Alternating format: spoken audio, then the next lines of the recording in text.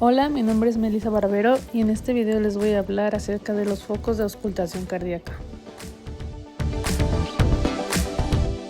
Los ruidos cardíacos son vibraciones que se producen por el cerramiento de las válvulas auroventriculares y las vibraciones de las válvulas sigmoideas. El primer ruido identifica el comienzo de la sístole ventricular y se debe al cierre de las válvulas auriculoventriculares.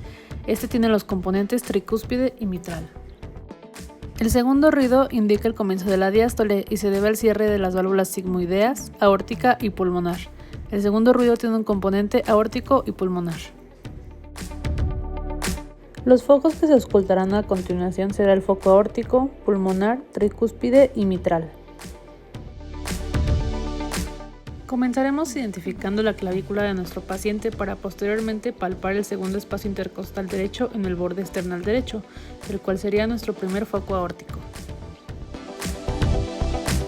El segundo será el foco tricúspide, el cual se localiza en el cuarto espacio intercostal izquierdo, en la parte inferior del borde esternal izquierdo. El siguiente será el foco mitral, el cual se localiza en el ápex cardíaco en el quinto espacio intercostal izquierdo, en la línea medio clavicular. Por último será el foco pulmonar ubicado en el segundo espacio intercostal izquierdo en el borde esternal izquierdo.